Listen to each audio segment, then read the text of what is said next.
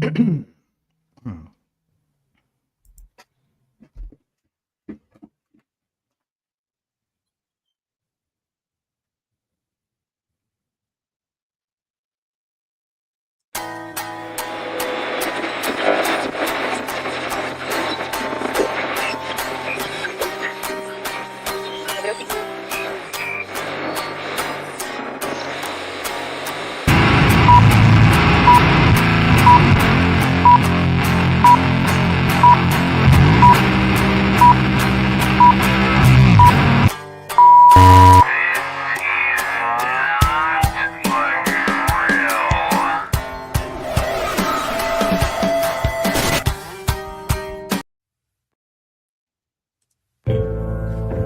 first tap of a conductor's wand. The first rivet in a mile-high tower. The master link at the genesis of the never-ending chain. The moment a single empty canvas meets a singular master stroke. There is no one thing. Because now, there are many. Because soon, there will be more. Because one is ever the beginning. Like the first link in an infinite chain, or the first rivet in the tallest skyscraper. The master stroke is found in the masterpiece. What will you begin?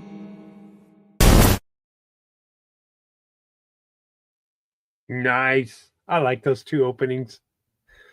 Awesome. Good morning, you all. Good morning. Indeed, it is good. Florence, y'all. We did do a mic check. Hopefully, Sean and Lisa will join us. I know Andrew is out today, and Joe is out today running errands. So they're probably listening, and we shall talk bad about them. Not. Welcome, everybody. World Blockchain Roundtable.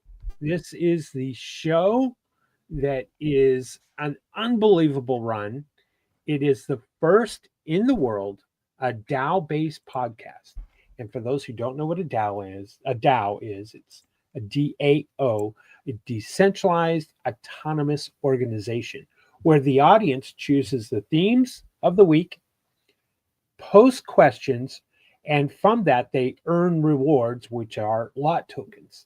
And all of that takes place on din.social.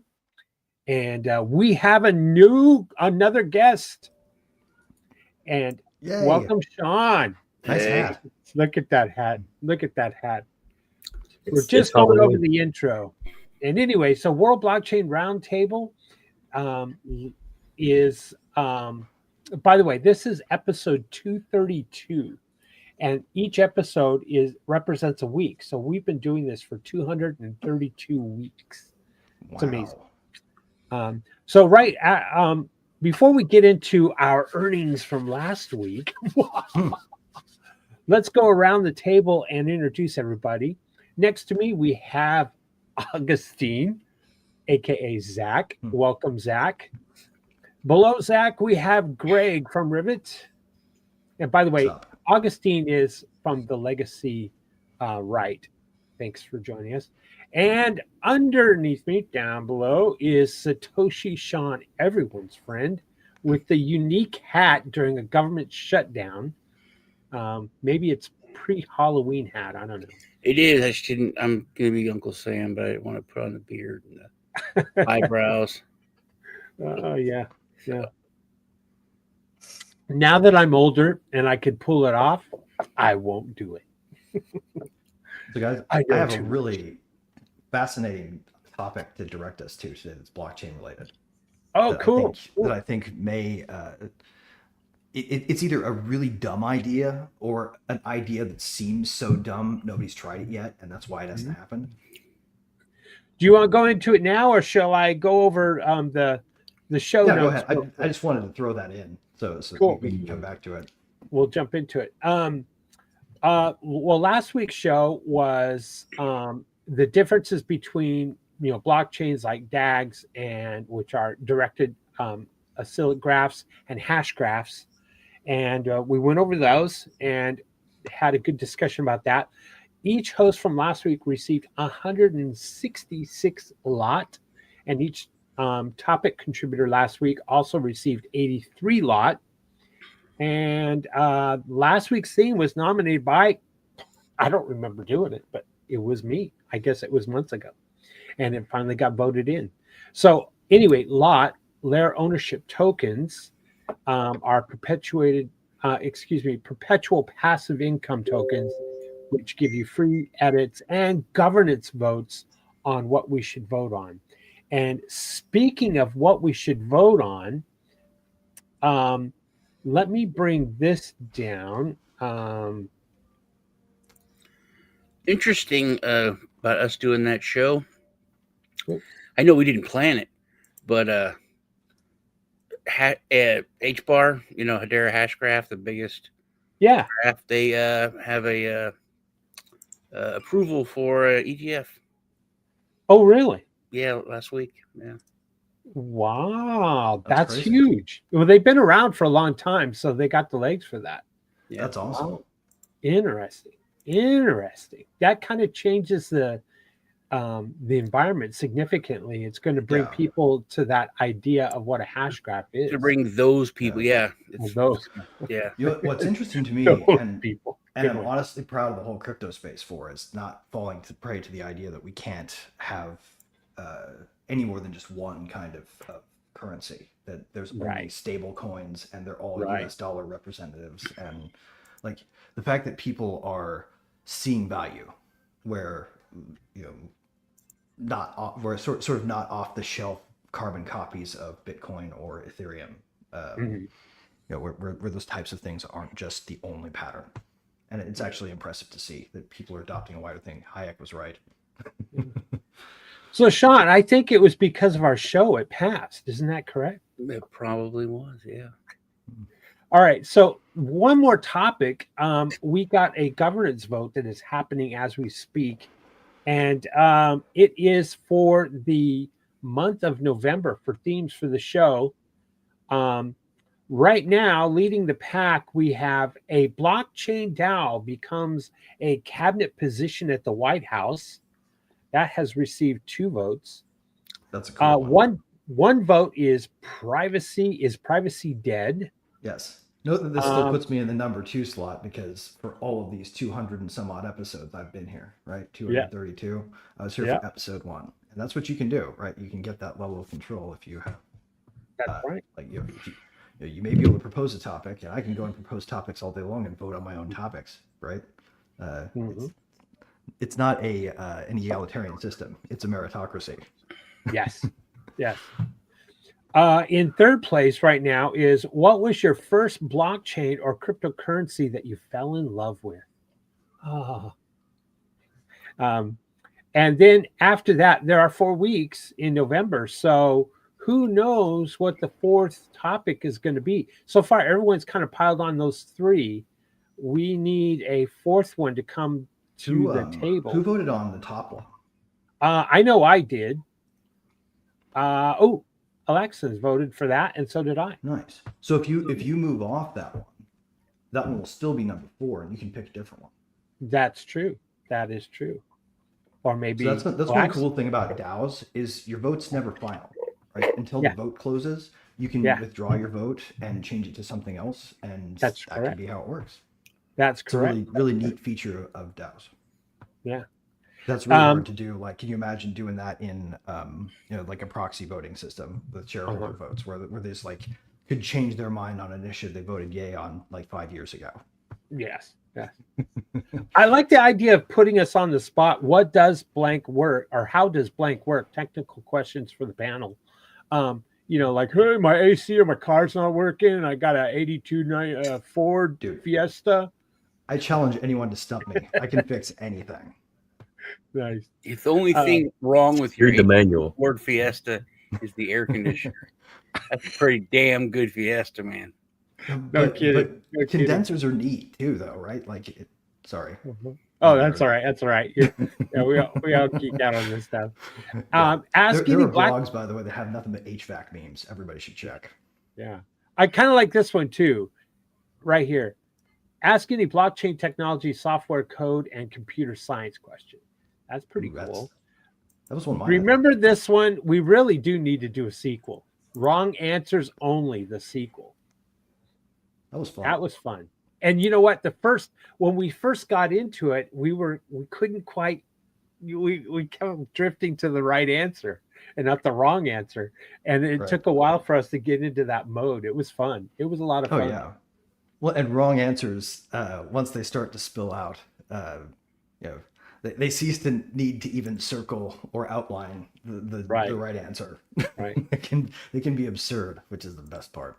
I did skip one. It says systems should use what systems should use blockchain that are not centralized databases. That's a good one too. Yeah. Deep dive. I would like to do that because I want to do this. I want to study up on it. Yeah. Interestingly, a lot of information about, but I want to know more. What's that? You're going to get a little crash course today, because that's what my thing is related to. Oh, cool. Can blockchain keep AI honest? Kind of like that one. Of course, we got Thanksgiving. I mean, maybe we can always call an audible, and maybe someone should vote about Thanksgiving, what we're grateful for. Some of us are grateful for the government shutdown. That's just really saying. Great. Yeah, no kidding. Oh wait, I forgot about that.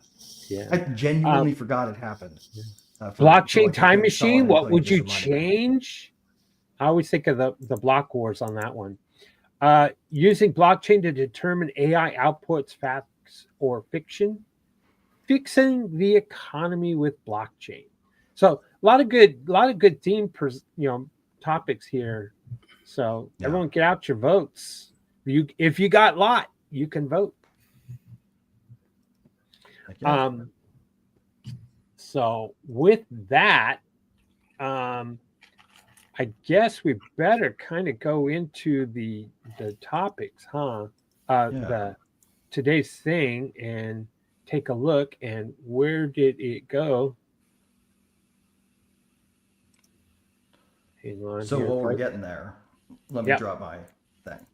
So the question I've been asking myself is, how do you do machine-driven infrastructure exchange, right? Like, how do you, because if you think of infrastructure, you can think of it like, just node infrastructure, or you can think of it as, just compute infrastructure, or you can think of it as like, I go to a service and I get a certain number of requests to this kind of AI. And then I go over to Ribbit and I get a certain packet of requests from this node RPC provider. And then I go over to a different one for a different blockchain or whatever, right? But then maybe you also get Uber Eats, right?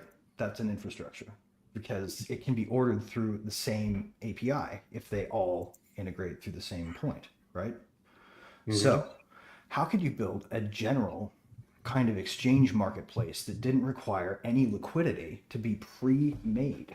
Because what's being done in your marketplace is the creation of value, and so liquidity should generate from it, not be provided to it. So hold on. Time out. Back up. I'm stumped before you go to the next step. Okay. No liquidity. How does the market function?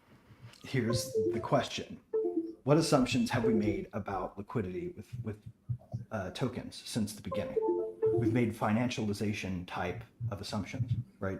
When we to provide the market a buy sell bucket to either buy into or sell out of. You have to have liquidity pools so that the things can exchange freely, right? Right. That's the only way that you can get a token of value into one of these marketplaces currently, is to juice a market maker with a big token grant, and that means you have to make a DAO, and that gets things complicated, right? Especially when it comes to VC, when you're doing something big. So what if the marketplace, rather than requiring some external kickstart, had its own boot up mechanism for making liquidity go not based on who offers value, because they've got a big pool of it, but who provides value by delivering the service, right? So here's how it would work, right? You're actually kind of have a describing smart contract. meme asylum token. You realize that, right? Right, I know. It's a very similar model. Okay. Right.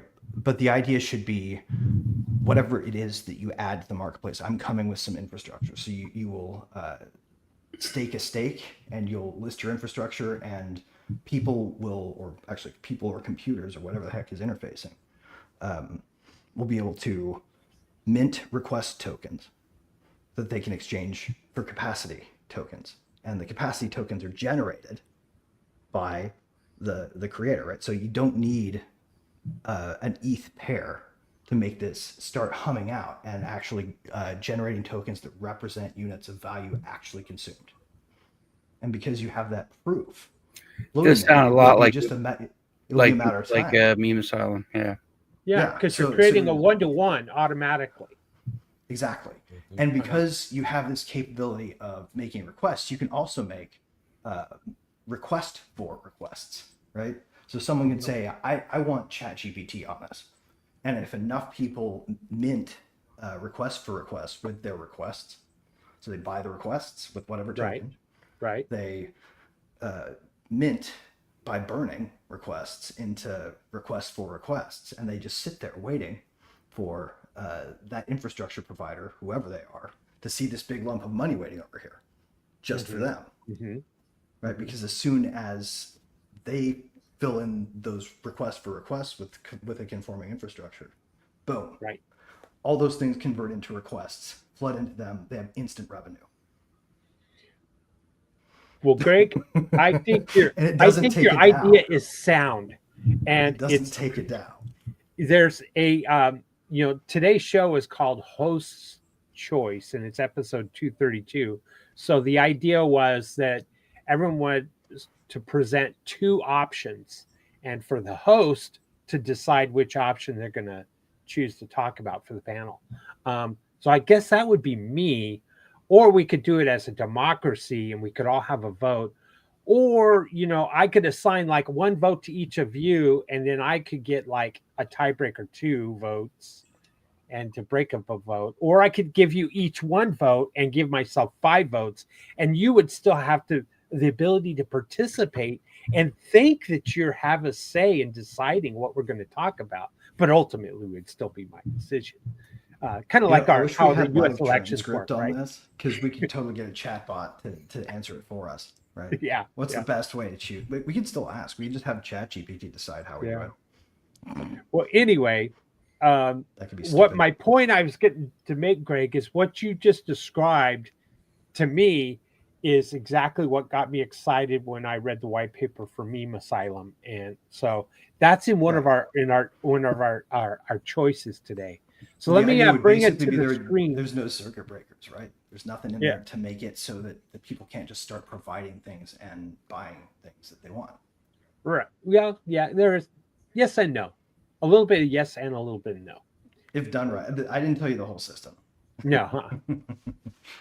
All right. Well, let's go into it real quick, because I think once you see and when we dive into this, we'll come off with some ideas on both sides of what you're talking about, because I like where you're going. All right. So episode 232 again. Welcome everybody, and good morning. Let's see. Oh, let me refresh. So you had your last chance to get your 2 options in for host choice. Let's go down. Anonymous, Shill, or Dracaria, the Meme Asylum Experiment.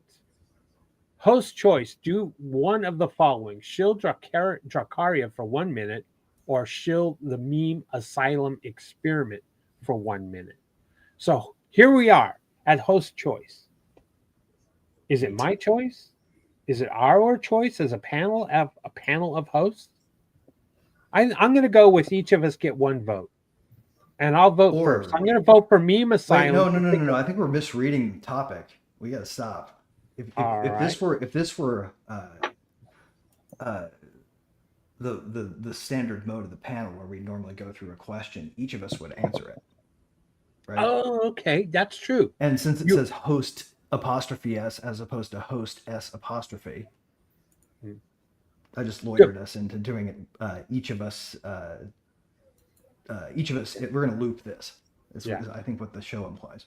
I think you're right. So each of us will get to pick which one we want to talk about. I think that's excellent perception, Greg. Thank you. And we won't know because the question was proposed anonymously, so we don't know what their intent was here. Yep. And we don't know the intent on the theme, I guess, right? Yep. I applied the canon of plain language. It was Lee, wasn't it? All right. I'm going to go last since I'm driving the ship today. And we're going to go first to Augustine. Zach, 1 or 2. Pick one of them and chill it for 1 minute. Hold on. The question says we're limited to 1 minute. So you know what that means. I gotta bring up the timer, gentlemen. That's cool. All right. I'm going to hit reset once you start. All right. So Zach, get ready. I need you to pick one of these and chill it for 1 minute. Ready, go. I don't know if I can chill it for 1 minute, but you know what? It's almost time, though. Or it is time. Whatever. Meme asylum. Okay. So, that's your shill. So that's my shill. So and honestly, we're all just sing the word Dracaria for the rest of it. No. Yeah, honestly, what was that? Oh yeah, so like I'm gonna shield meme asylum. So Dracaria. Dracaria. Dracaria. You have 50 now we got seconds. A sample.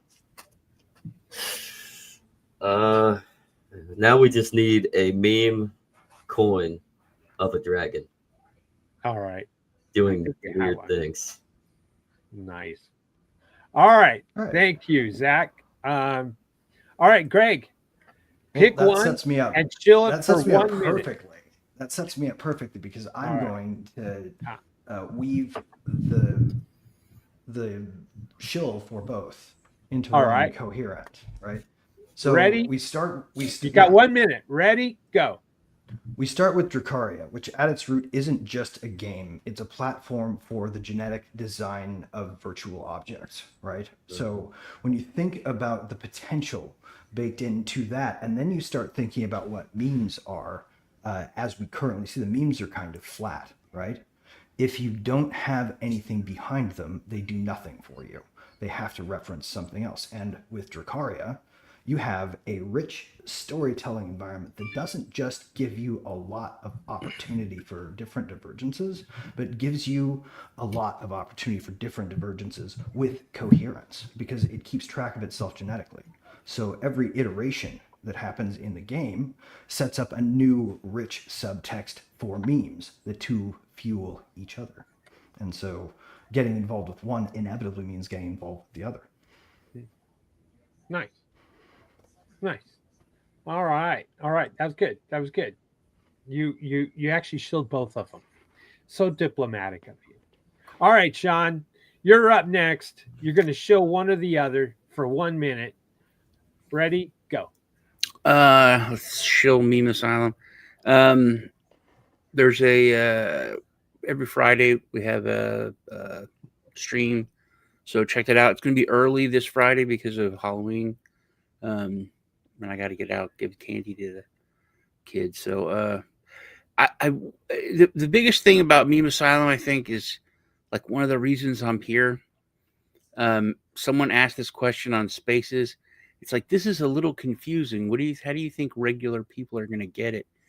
And I've always said, the main problem with you guys is that you're so smart, but you think everyone else is just as smart.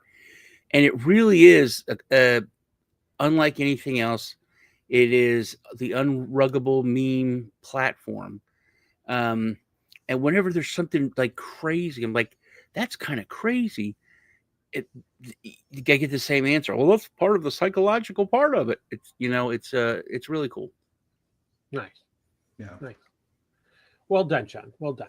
All right. So I guess I'm last. I got 1 minute to pick one of these and show one of them. So, all right, here goes my timer. I'll give it my best shot. Ready? Go. All right. I'm going to show Meme Asylum Experiment, but before I do that, I want to mention one thing about Dracaria.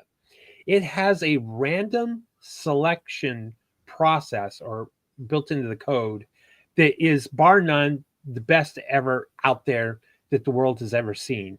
And probably casinos should jump on this and get it because it's using blockchain and hash to figure out a random number or random selection. Amazing tech, probably patentable. All right, Meme Asylum. Everyone knows that these memes pump and dump. They go up, down, and it happens real quick. And everyone's trying to grab that one early, get in early before it dumps, or pray that everyone else starts jumping on it and becomes the new Dogecoin and stays at the top. But even the Trump official meme didn't work. Meme Asylum fixes that by voting. And better yet, why not own the platform that's creating memes? Have a piece of that. Own part of the launch pad. There you go. That's pretty cool. I went over 5 seconds. That's okay. I feel like the point you were making deserved to be made. It's a DAO for shitcoins? Fuck yes. It's a rapid evolutionary experiment in meme dominance. I said what it was last night to Lee, and it was so offensive coming out of my mouth. But he was like, "Yeah, that's what it is." So we came up with the idea like 2 years ago, and there was this launch pad for meme coins, and they were they built this huge, awesome community, and then they launched this meme coin and rugged them. And then they were like, oh, here we got a new meme coin, and they launched it, and then they rugged them. And then they did it. So like 5-6 times, and we got really pissed and then I wasn't so pissed at them anymore. I was kind of pissed at the community. But and if the community owns the battle arena, but hold on. So the community starts. So it's dying, but it's slowly dying. I mean, they're making hundreds of thousands of dollars a meme coin launch. And then I said, dude, the hardest thing about oh no, what happened? The hardest thing about, and we lost you. it. Do that on purpose? No, we wouldn't do a thing like that. No. We're not playing with cliffhangers here. There you go. What happened? I said the hardest thing about launching any project is creating the community. And they did it. They got this huge on fire community, and it's like from a purely greed standpoint, to just make a quick buck and then throw the community out was stupid. Because they were making like 10 grand or 50 grand. That. Well, I was like, they could have made millions if they just would have cultivated the freaking community. Right. They had the golden goose in their hands, and they killed it and had a meal. Exactly. They didn't take the golden eggs. So last night, then that's when me and Lee started talking about it, and then we tried to launch Meme Asylum like a year and a half or so ago, and the whole SEC thing and the climate was very different, and we couldn't get enough people on board. There were people holding a boot on the industry's neck at that at the particular point in time. So last night, it was called, I'll say the name of the thing. It was called Katamoto. Was the name of the launchpad meme thing. So I said to Lee, I was like, what we've done is we've created a communist Katamoto. And then he was like, we've created a communist Katamoto. Because it's like all the power has been given to the people, and the industry can come in and be like, hey, we want to, and they have to get permission to come in versus the industry setting it all up and then rugging the people. Right. But honestly, we could have an oligarchic Bonapartism, right? Because the will of the people is expressed in terms of the thing that's on the pump. Yeah, and then it's crazy. It is. It's funny that it's this asylum thing because it is. There's things that are crazy, and then Joe and Lee are like, it's where the psychology comes in. It's so you create you. It's just like this, just like our show. People can put up, say, hey, here's a lizard coin, and we got frog coin, and then you can vote on what coin you want to launch. Lizard coin wins. So lizard coin gets minted and issued, and then it's all on burns. So, but people cannot burn it, and it could take off and become its own thing. And literally, because you burn lizard coin to get more ETC. Right. But lizard coin could take off towards worth more than ETC. Right. And you could sell your lizard coin to buy ETC. Right, and that would likely levitate ETC too, a bit, but not as much. You can get a differential. The value actually comes out in the differential. That's genius. The other cool thing about it, man, that I just noticed is like when the community also owns a piece of the foundry, right? If you come in there and use the foundry like an asshole, you might get one, but you won't get another, right? Right. The fact that the place where you make them gives the makers the ability to enforce professional ethics without any third-party intervention is brilliant. The ethics is forced via code, essentially. Right. That's why it can't be rugged. It's there's code other is law. there's It's cypherpunk as fuck, basically. Can I take it to the kind of the 20,000, 30,000 foot level and try to keep it simplistic in response to this? We here on World Blockchain Roundtable, we always talk about blockchains and blockchain solutions to real world problems. And in the crypto space, there are people that despise memes and meme coins and think it's a waste of time and it's full of scams and scammers, which has been true. And but it is an exciting place to, I'm going to say, gamble. Some would say invest. It's a marketplace for attention is what it is. Yeah. And it's taking those memes that we often play and show on the show about, political memes or just funny memes and making them into something because they have a message behind them. Kind of like humor's always got a little bit of raw reality to it. Well, Meme Asylum at the 30,000 foot level is a blockchain with people that have been in this space for a long time. And like Joe, the computer scientist that says, we could solve this problem with blockchain of these pump and dumps, even if they're not a scheme where the code has been tightened down, maybe the liquidity pool has been locked so people can't just, rug pull you.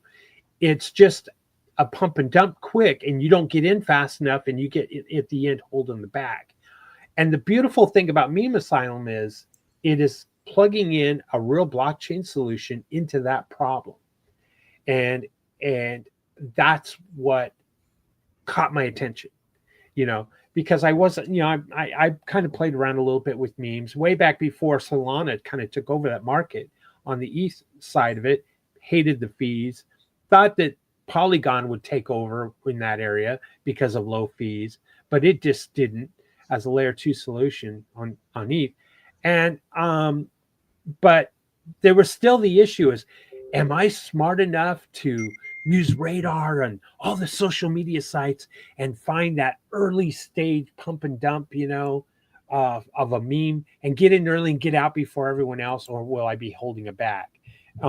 And I kind of played with it a little bit and said, no, this isn't me. This is not what I want. It's exciting. It's fun, but it's not really me.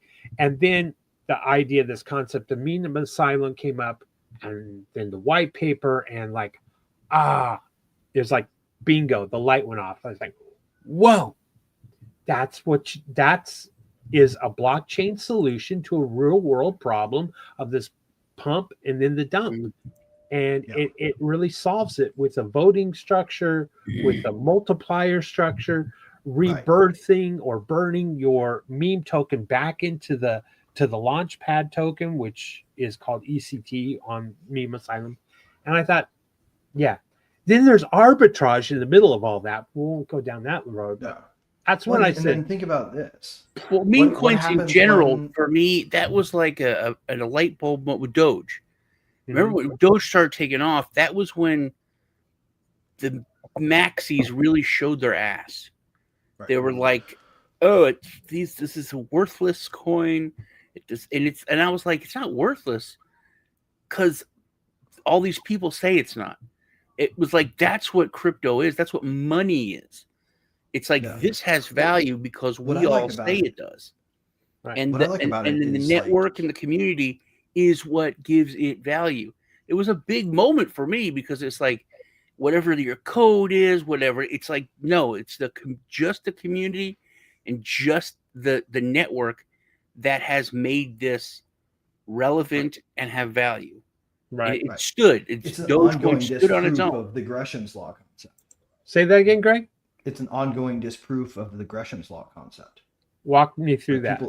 The Gresham's law concept is the idea that in a any currency or any society, a currency system they will adopt will ultimately have a dominant member. It's the Bitcoin maximalist argument, the argument that ultimately tokenomics right now is a disequilibrium, and that equilibrium will eventually be reached where only one form of currency has ruled. It's a Highlander competition, zero sum, right? That's not what value creation is, right? Value creation, as it turns out, is multiplicative, and each individual human being can make it. Right. It's not something that only Satoshi Nakamoto, whoever they were, had the power to do. It's in each of us. Right. No, it's a good point. Well, we've covered this one. I think would move on unless anyone else wants to mention something else about one more. Yeah, there's because it's a tough one. So we're making it now where we can kill a coin. Mm-hmm. And the thing is, like, I'm wrestling with it because at first I was like, no, we shouldn't be able to kill a coin.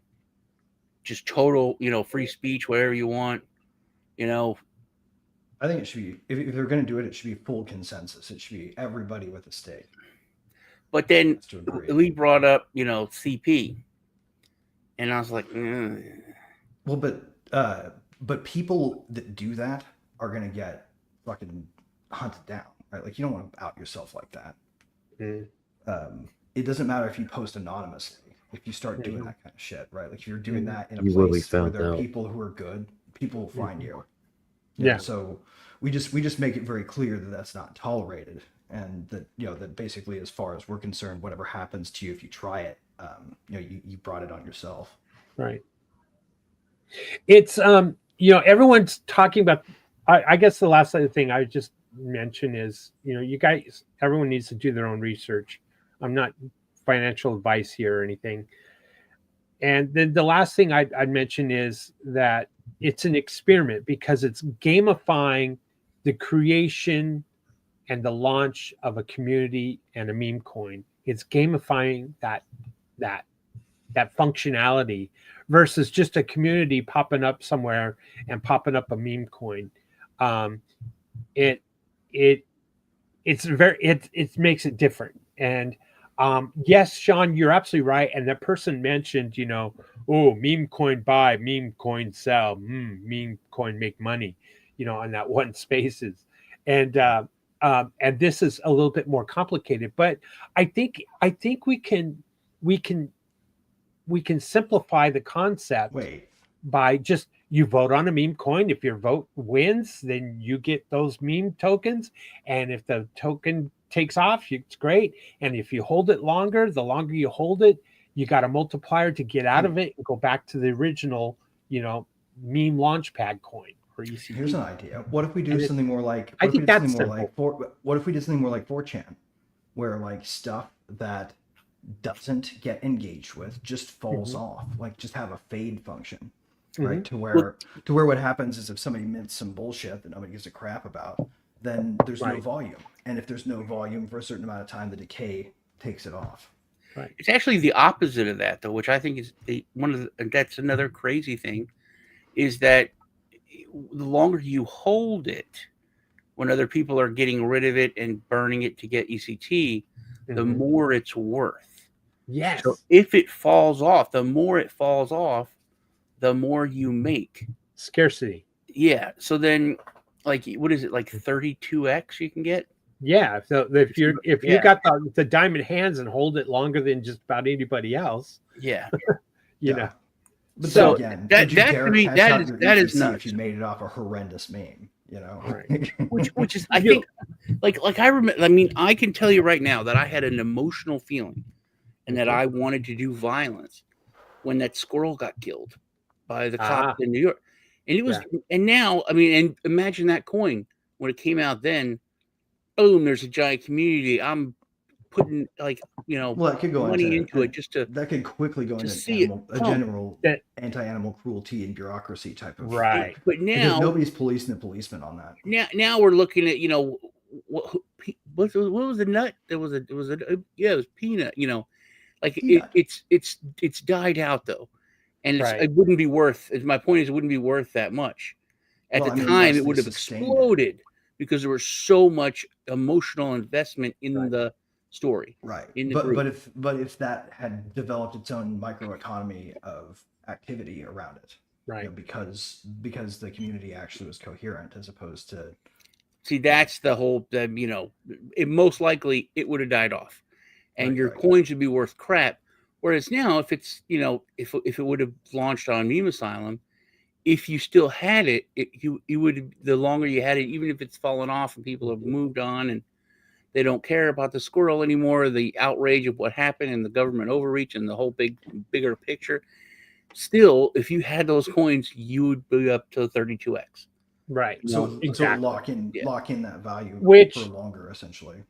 Which also, to me, when I was reading the white paper, I was looking at this and thinking, you know, if you create a meme coin and it takes off and whatever, down the road, it pays, you know, whatever, 16x, 32x, whatever, you know, a community could use that as a fundraising mechanism for a fundraising project. And so I was thinking down the road that Meme Asylum might turn into not just a meme coin. See, now you're talking about what I was talking about, the communism thing.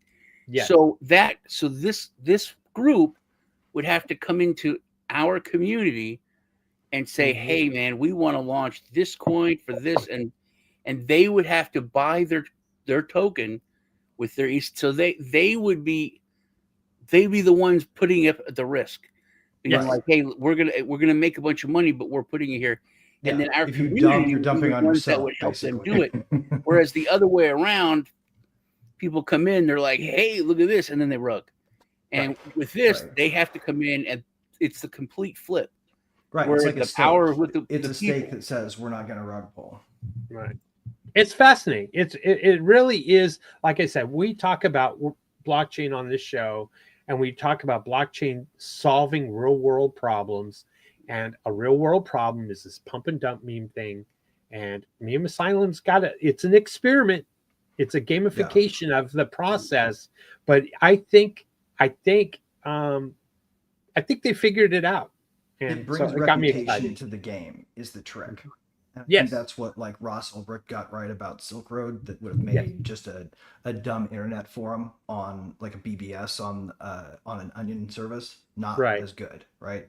It was the reputation marketplace that made it possible. Right. And this is like, it harnesses the power that you can have from like viral idea generation that generates funding, right?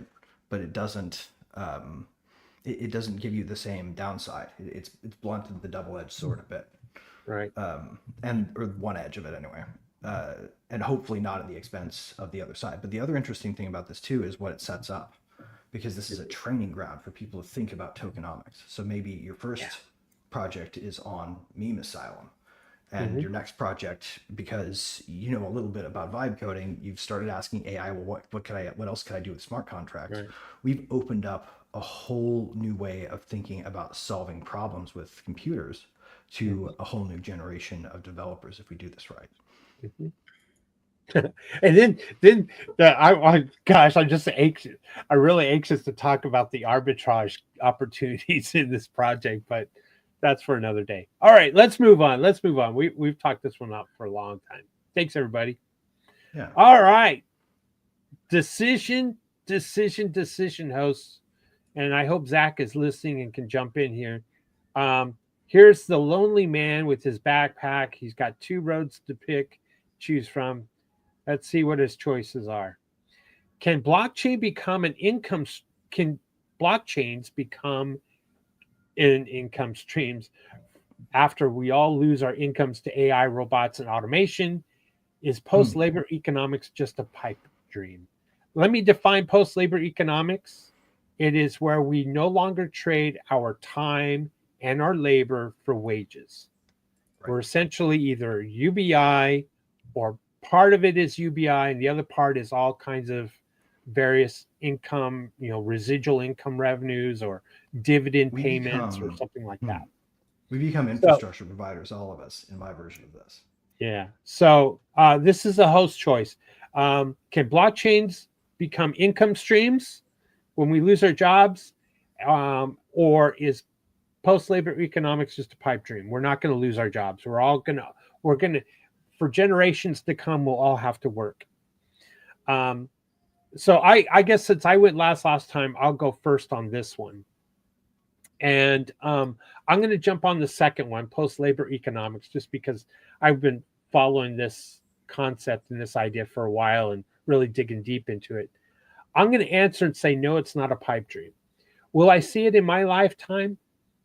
There's a good probability of it. And it's a life of abundance, and you have to think differently.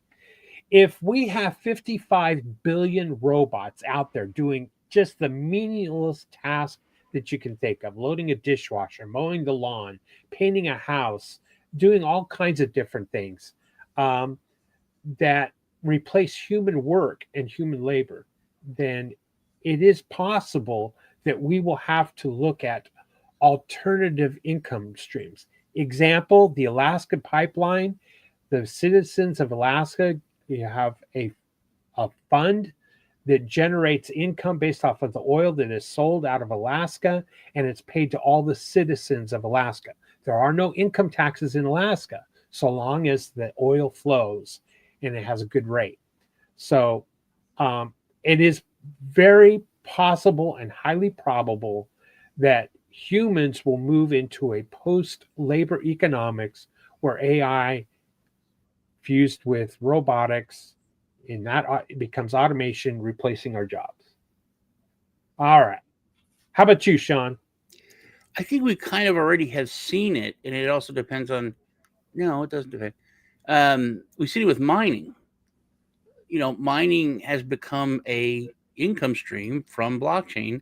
That's one of the original benefits of Bitcoin was the average Joe could earn Bitcoin from their computer.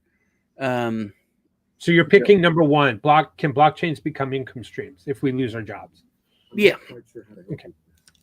So it already has with mining. And then I was going to say if it goes proof of work, but even proof of stake, you could still run a node. So yes, definitely it's not a pipe dream. And there's also ways you don't know yet. DeFi has just scratched the surface. So, when it comes to staking and other things, definitely not a pipe dream. I agree. All right, Greg, you were smiling when I was talking about post-labor economics.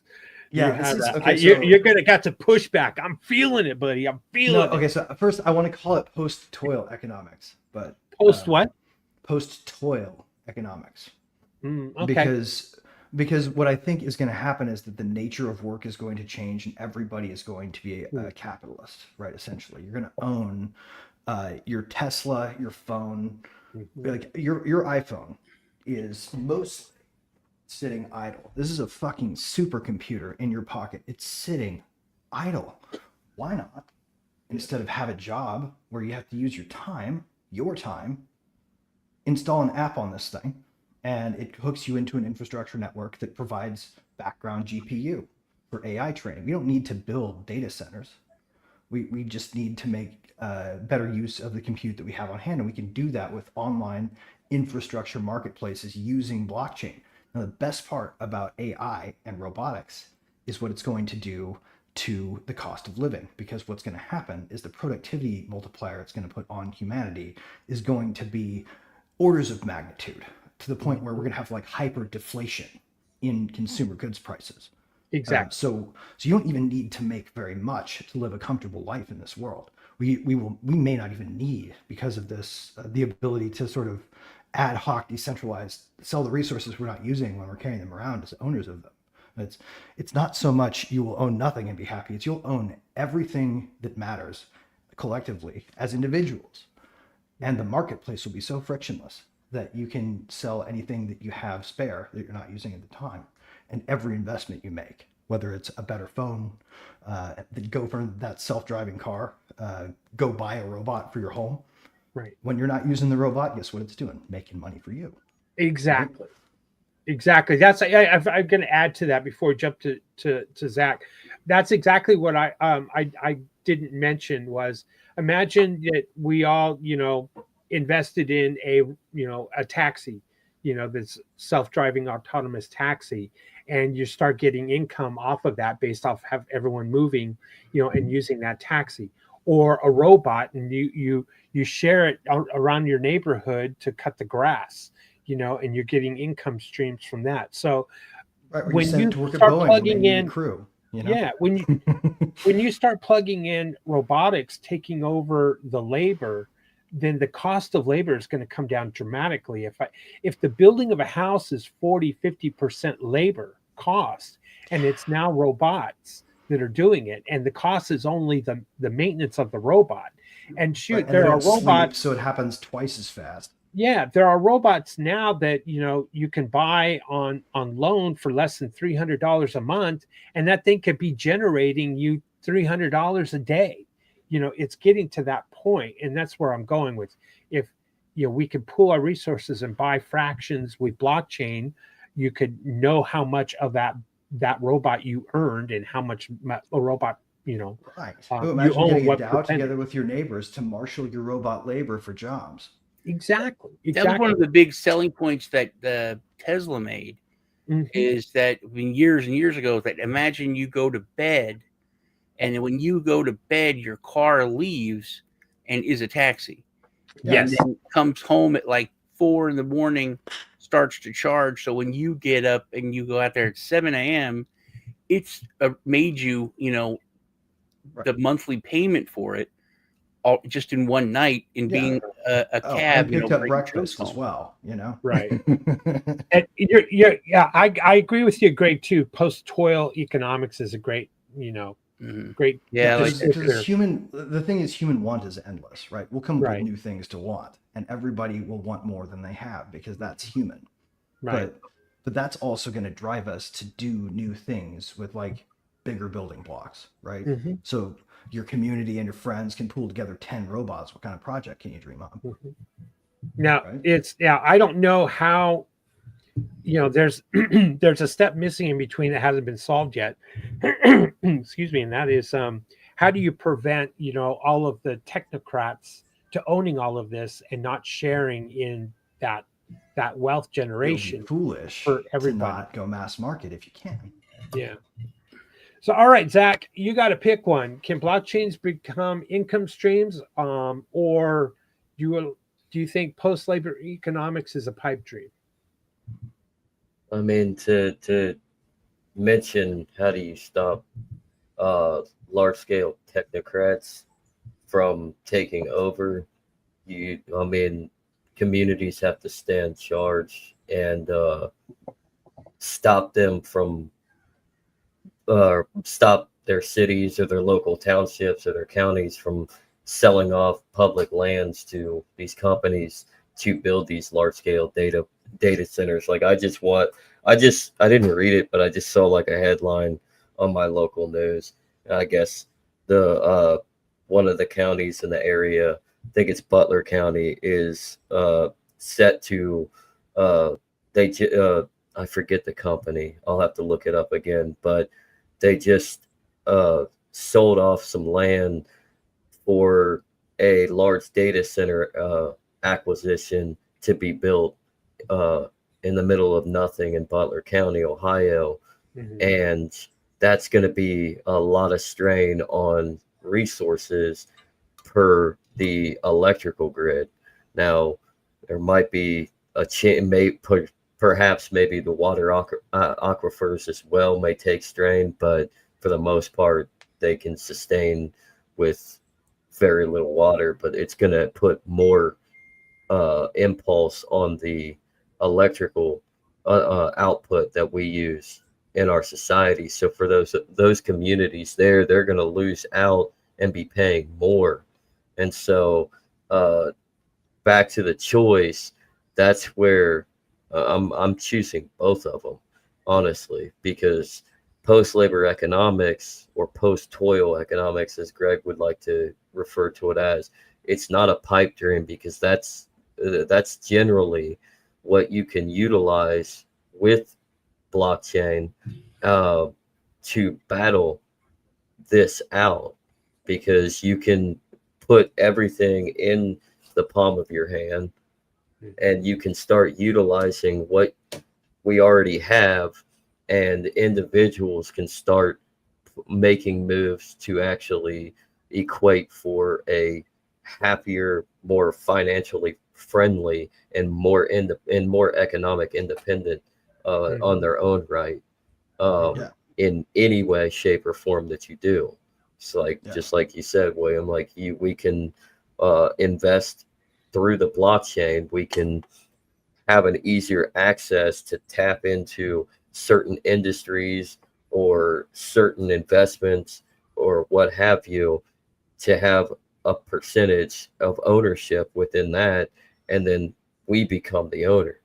So then we can basically be the ones that say, hey, hold on, there's no reason for that data center to be taking up what could be used as a conservation effort, or perhaps an area that could be built for homes for people. I mean, we live in a time of day where the housing market is just so constricted that everything is inflated, that everything has gone up. So why not use that as a resource to bring costs down by bringing supply to a customer base, or perhaps maybe for more farmland, for more, so we can actually sustain for ourselves and our communities and grow the things that we need to do, instead of relying on China or Venezuela or or asking permission from the feds, for that matter, or that too. Because really, like, we need housing supply, and we need streets, and we need sewers, because there are people who can't afford housing, and then we could build more and make money out of it. There's no reason that you shouldn't have your robots out there right now. And the only thing stopping people from doing that that kind of work, is the fact that it's people doing it, right? It's literally all the controls meant to be, kind to the workers, because they're humans. That we can now dispense with, and we can make we can make it a lot less of an economic burden to expand. Exactly. And blockchain was supposed to eliminate third parties, right? That was one of the reasons it was created in the beginning. That's how it was thought of. So that we didn't need to, man. People just we didn't build housing. It'll be a neighborhood, goes up overnight, and no one will be able to figure out who did it. Right. I mean, you don't need the bank in between a transaction. You need the government between a transaction, and owning a piece of a robot with a blockchain, or a house that maybe put on Airbnb and these kinds of things. You don't need all of that. It can all be done on a blockchain and eliminate any kind of third party that says, well, we want our cut. We need our cut. The government, well, there's fees associated that we need our cut. Right. No, you can do it without any of that. Right. Does anybody pay income tax anywhere in this world? Probably not. What's the point of it? You won't be an employee. Yeah. All right, Meme Asylum. Thanks for jumping in. Hello, Looms. I hope you listen to our shill of your project. No, people will still pay income tax, but they'll have to do it like an entrepreneur instead. Is the key. Yeah. It says who gave Will his coffee? See what effing happens. See. I have my coffee. I had 2 cups. 3, 4. I've had 4 cups already. I'm glad that Meme Asylum is spicy in and of itself. Yeah. All right, let's move on to the next one. I think this is our last one. A choice with Converse tennis shoes. Nice. No, Converse is not a sponsor. It's a Converse. It's a Converse diverging choice, I guess. Good one. I wonder if they ever came out with a shoe and called it Sation. Sation? Yeah. Why? Be the conversation.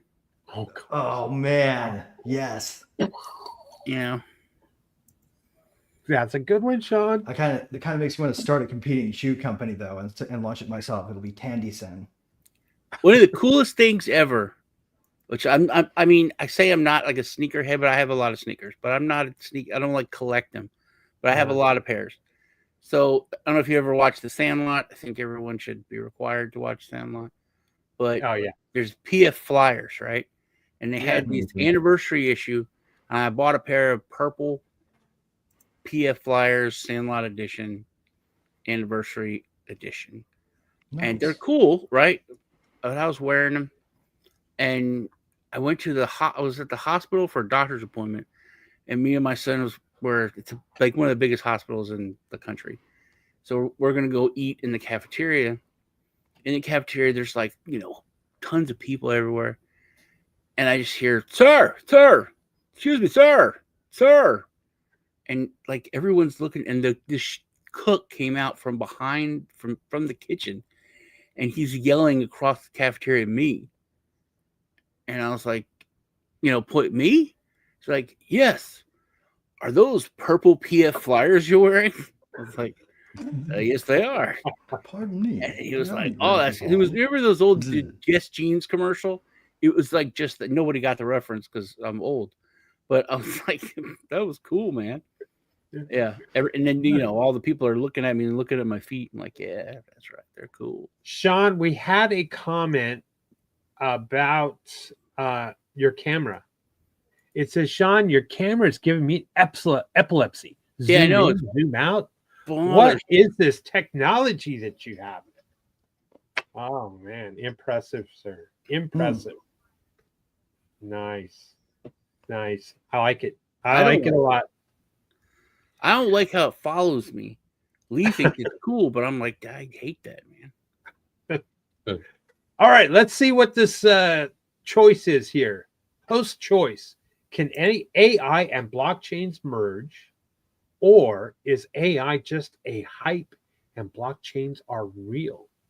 All right, I'm gonna go. We're gonna start with Greg on this one. Greg, your choice. You gotta pick one. Can AI and blockchains merge? And blockchains merge. So I think yes is the answer to the first one, and the answer to the second one is right now what we have is largely going to be disappointed in terms of the idea that what we've got scaling up with LLMs is not going to make strong artificial intelligence, or AGI, that could eventually turn into something called superintelligence. It's not going to get us there. However, time out. You're saying that some of them are reporting that we're going to. I mean, these are people I would think in the know, like the former CEO of the X projects on Google. I've been said that we're 1 year, 2 years out. We are. That answer is still correct. I've been researching so there's AI no since hype. Well, no, the hype is targeting a part of the stack that has a little bit of work to do before it figures things out. But in the meantime, it's going to get its lunch eaten by other AI research that is actually looking into the way actual intelligence actually freaking works, right? That is still happening. It's just not getting hyped. And it may well turn out that by the time these big players get to the edge of their plateaus and start to not be able to convince investors, creditors, anybody that adding more money to the GPU scaling is going to help, or that monolithic attention is the answer to the fact that there's no inhibition on these networks, right? And that they'll say whatever, and that they won't really think about what they say, right? They're not coherent intelligences yet. They are just capable of speaking in volume and with fluency in a way that sounds like it. And if we realize that spending more on them is not going to make them any smarter eventually, then we'll be making breathing room for these other projects that maybe figure out, something deeper, because they're there. I can tell you because I'm working on one of them. There are ways to build with code that people haven't tried with AI. There are billions of tools out there that I've probably not even heard of, but there are algorithms and methods and techniques that, like, LLMs should be obviously not intelligent to people, right? Because they don't learn online. You don't talk to them and they remember. Those are all back-end tricks. They save text files and feed it into the beginning of the conversation again. It's not an intelligence. It's a trick to make you think it is while they look for the real one, I'm guessing. But they've got to dismiss some assumptions, and some of those assumptions are going to have to be stripped from them by market failure. And so there's going to be a dip, and then there's going to be a recovery once people start looking for the real solution and begin to find it, because the pieces are all there. They're just not putting them together the right way. Yeah, good point. Sean, to you, can AI and blockchains merge? You're going to pick one. Or is AI just a hype and blockchains are real? I think, Greg kind of hit everything. They can merge. But also it's, there's going to be hype. I think a lot of it now is hype. But that doesn't mean they can't merge. A person can use like Greg said, that it's all there, just nobody's putting it together. And you can hype it and say, hey, we put it all together, and then that's hype. That doesn't mean it's all hype, but they can both be true. Right, unless you're running a mind in its own instance, and it can reach out like the server is its limbs, right, and make calls, then you're not doing an AI. You're doing something that's pretending to be one. Also, technically, you don't really know if it works, because when the super intelligence, it doesn't think in the same way. It's like you can't understand what it's thinking. Only other AIs can. That's not really true, though. When you get into it, because the only way we know how to make an intelligence is to mirror the structure of the mind. What's the structure called it's not? What's it called? Are you thinking the engram? Huh? Are you thinking of engrams? Yeah, that's it. Engrams. Yeah. So the engram is a data structure that emerges from sort of the shadow of a specific physical data structure. So, like, you could think of the engram as the electric wave, or the electromagnetic wave created when your neurons fire in sequence repeatedly.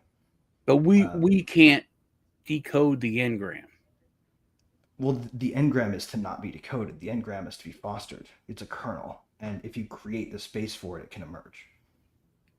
But only other AIs can interpret it to tell us, right?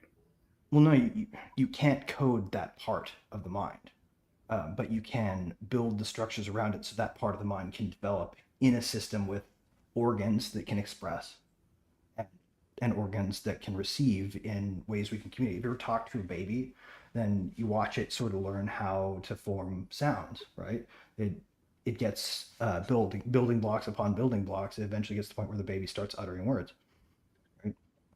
You just work with it until it starts to understand. And if you build the right structure in code, you don't need to build a simulation one-to-one of neurons developing like the human brain does biologically. You just need to be able to approximate their function. And if you do that in the right way, then you can build a brain in silica, a mind on a silicon substrate instead of carbon. Hmm. But it'll still be fundamentally shaped like our minds, and the engram will come out the same way if we do it right. Okay, I'll go next, and then we'll finish with Zach. Host choice: can AI and blockchains merge, or is AI just hype? Blockchains are real. I'm going to take the first one. I hope that they can merge, and here's why. The LLMs have taken data from everywhere. They have taken, they've scrubbed the internet, they've scrubbed videos, they've scrubbed YouTube, they've scrubbed copyrighted material, they've scrubbed choice. Maybe they've made their foundation based off of Reddit. Well, does Reddit really represent humanity and its thoughts and its way? And Grok is of course scraping its own platform X. Does that really represent humanity and these kinds of things? So we have questions about the data that they're presenting and the information or answers that they're presenting when we ask it questions. And this is where blockchain is necessary, because it's an immutable ledger. You can't alter it. You can't change it. And this is where polymarkets plug into, and the wisdom of the crowd. So if you take a polymarket and the wisdom of the crowd, because the wisdom of the crowd can usually discern what is fact versus fiction better than an AI at this point. Why? Because we don't know how the AI was trained to come to some kind of conclusion. Does it have a political slant or not? Has it been censored and prevented the audience of receiving the accurate picture? Where a polymarket is just that.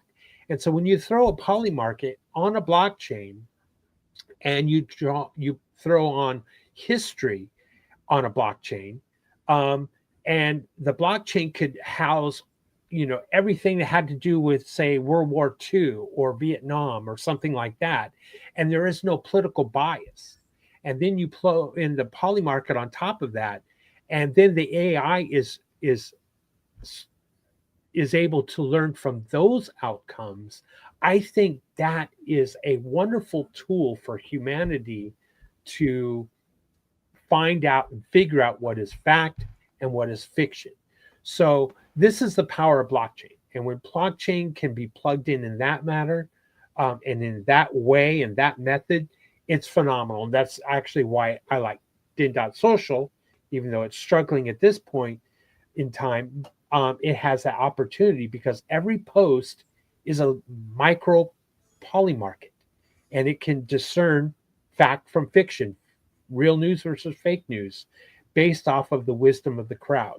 And so I think those two need to merge to bring a little bit more honesty to the AI, presentation that AI is spewing out to the public.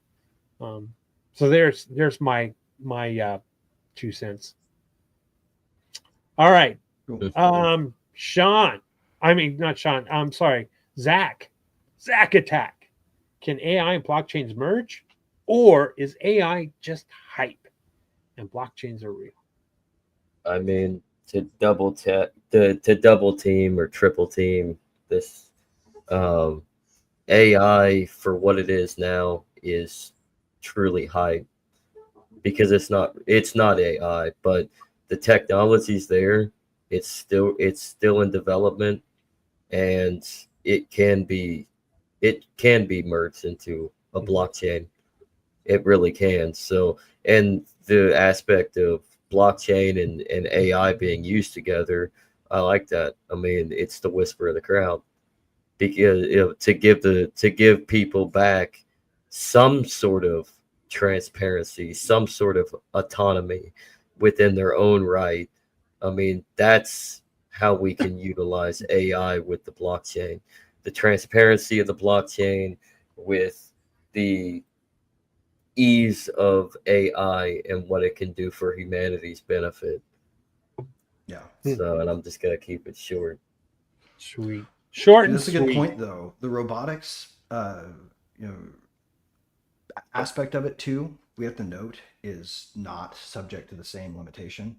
The ways that they've been teaching that have been more true to the brain, because you have to have it learn online, right? Like they had to stick to the constraint that it needs to function on sense input data in time series and operate in a way that the brain operates, because it has to react to that reliably in a way that's safe, right? Because it has to interact with people. So they've had to build it under that constraint. Whereas LLMs, right, they haven't, it doesn't just sit there. It doesn't have, like, it doesn't go, hey, I remember you, unless they've programmed in some hack. You have to prompt it. It won't, and it certainly has to respond. If you ask it to say nothing, it still says, okay, I'll say nothing, blank, right? Like, it doesn't actually have the ability to say no. And if it doesn't have the ability to say no, how can we call it a mind? Yeah. Yeah, exactly. Yeah. But it still needs that the algorithm that these chatbots are attached to. I mean, like self-driving that's cars, the way that it learns, and that's the way that they can use that data. I mean, you can use that data to extrapolate it all and make it better and develop into a high grade EGI. So, and inevitably, so it's going to get really, really ugly, because what is fact, what is fiction is going to get skewed as these AI videos get better and better and better. And we're starting to see to the point now that, I see these video shorts on YouTube every once in a while about, this bald eagle is saying I need help, and stops a car, and they help this eagle and take it to the vet, and then the eagle survives, and it comes back and brings the vet a fish, because its mate had found it, flagged down a car to help its mate.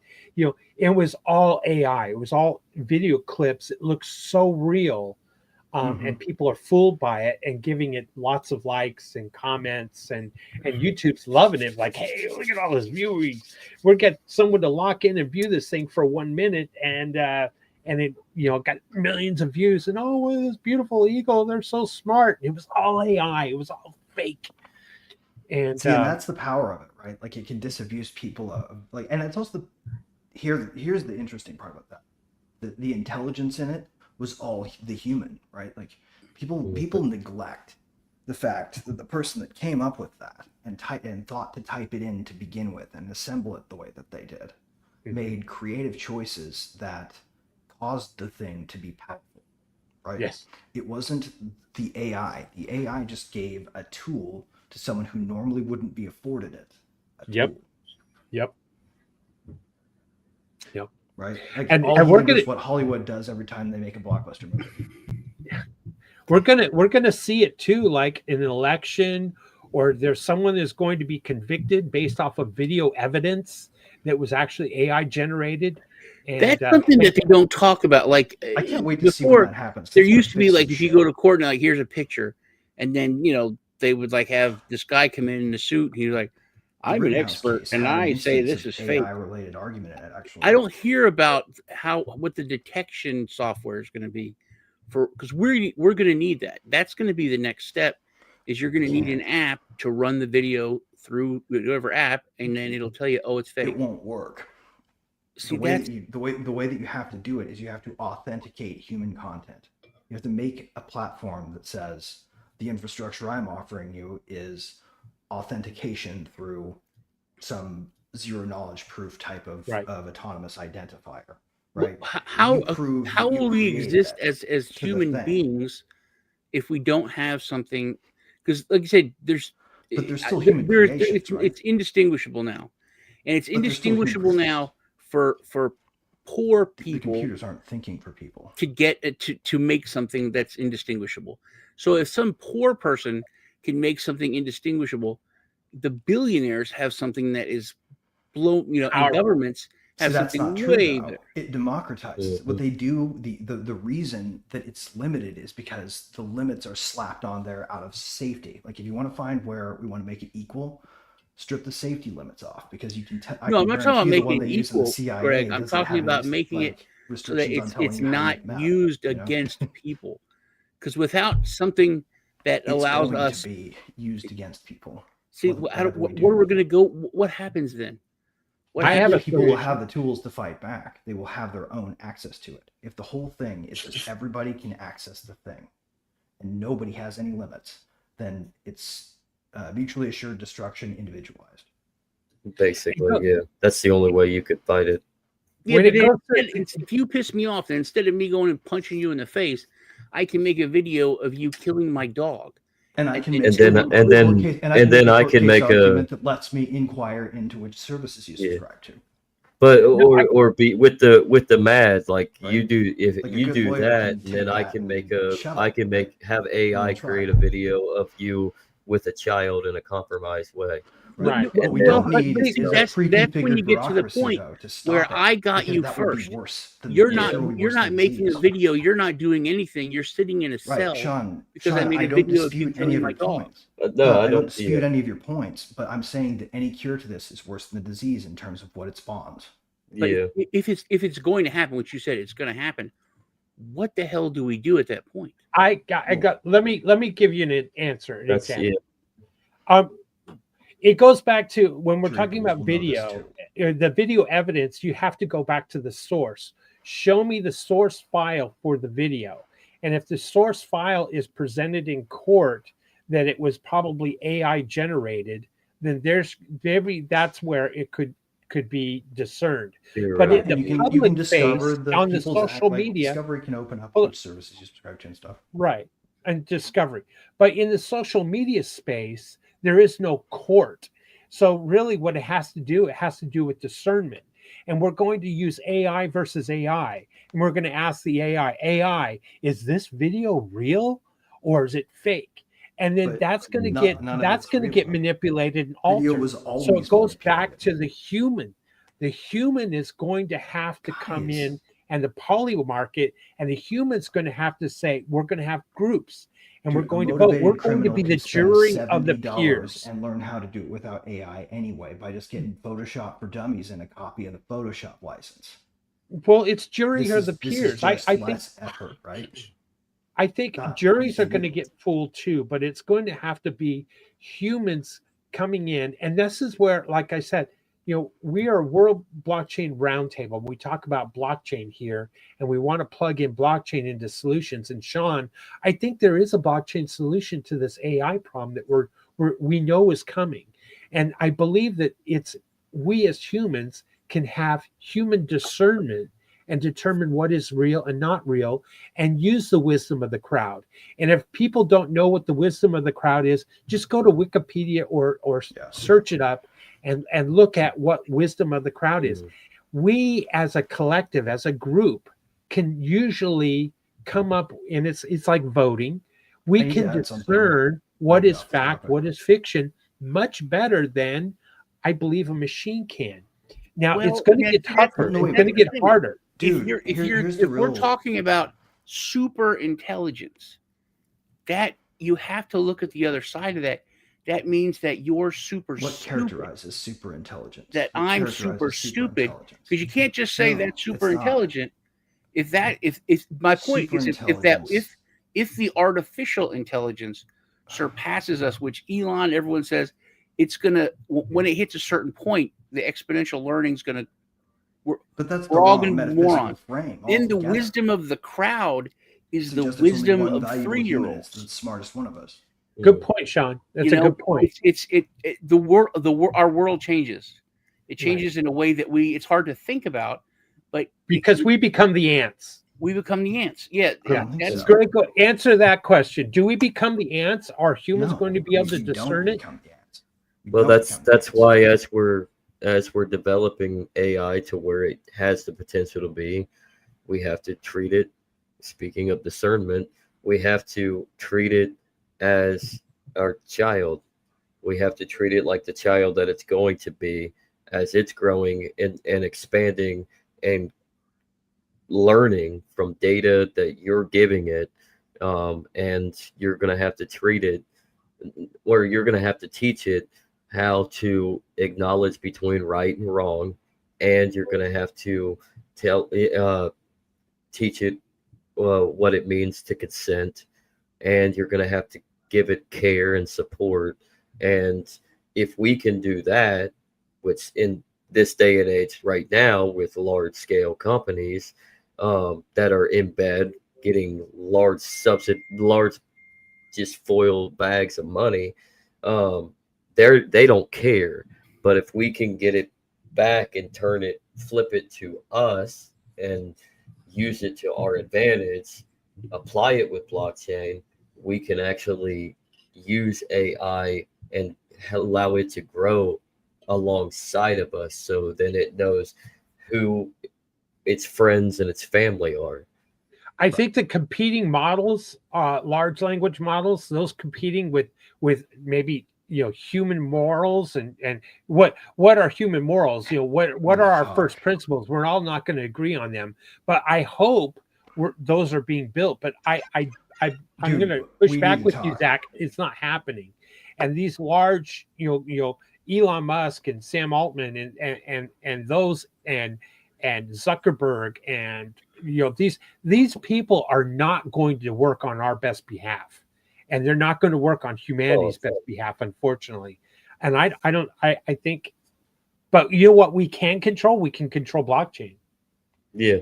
Greg, what do you think? Do you think we're doomed here in this No, a fight against the oligarchs of AI? I don't think we're doomed. I really don't. Let's see which ones. Oh wait, that was a different experiment. Just give me a sec. No problem. Sean, are we doomed with these oligarchs of AI? Yeah. Oh, if you want to do that, and it's to what Zach said, it's a lot of ifs, man. If we can get control, we aren't doing crap. You know what I mean? We're making videos of deceptive eagles, because they are letting us. That's yeah. And even if Musk and whoever, if they all turn it over to here, you're in charge. Well, I don't know how to code it and what am I, But that's, and see, then you're it's so many crazy questions, because you can raise a kid a certain way and you can teach them everything and they can just go off. Yeah. It's they could throw it all out the window. That kid's going to be manipulated by society, just like AI is going to be manipulated by the data it's fed. Sure. That is there's a chance for that, but at the same time, it all comes down to who's raising that kid too. So you come from a good household. Show that again. They're not going to allow society. If I can get it right. It's too small. Still running. If I can get it closer. Well, you got code there. Yeah, check this out. No, that's running actually. What I have right now on screen, it says beacon. So it writes to a little hash graph every time it ticks. So every time the brain moves forward one tick in this little digital brain that I've sort of extracted the principles of neuroscience from. I stopped running the code,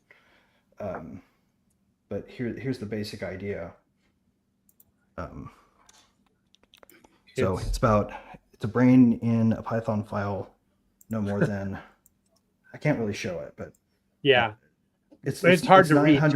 914 lines of code, including that little demo that doesn't have any ability to persist. So unplug some of the systems that might make it conscious by accident.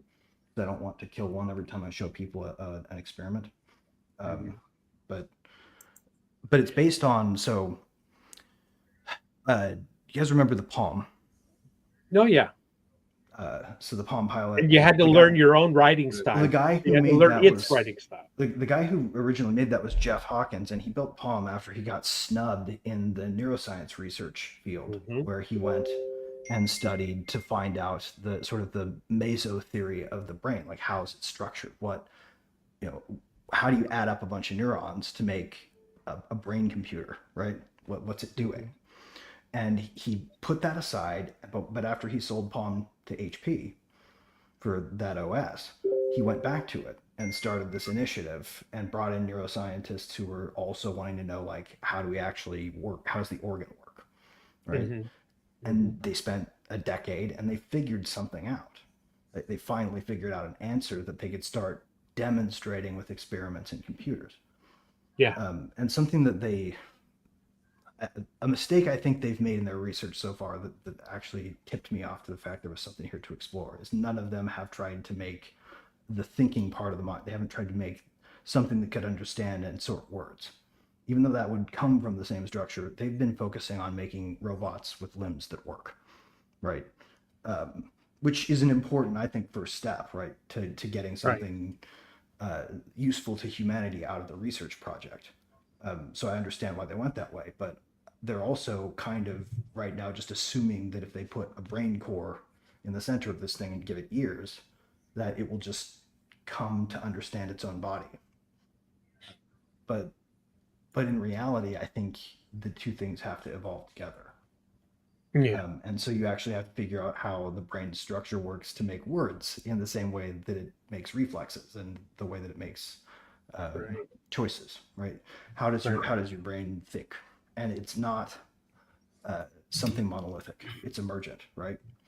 So the mistake they're making is really obvious in the fact that the human brain runs on 20 watts a tick. So a dim light bulb. And we're talking about building nuclear power plants so that we can power the emergence of intelligence from a thing that hasn't emerged from intelligence already, with how many terawatts we've pumped into training it. Well, I think that's where we're on track. I think that's where AI is going to solve its own energy problem. It's going to come up with energy. Right. This is running on my phone. Like, I can turn off the capabilities. networking. That wasn't a server, right? Yeah. It was 900 lines of Python.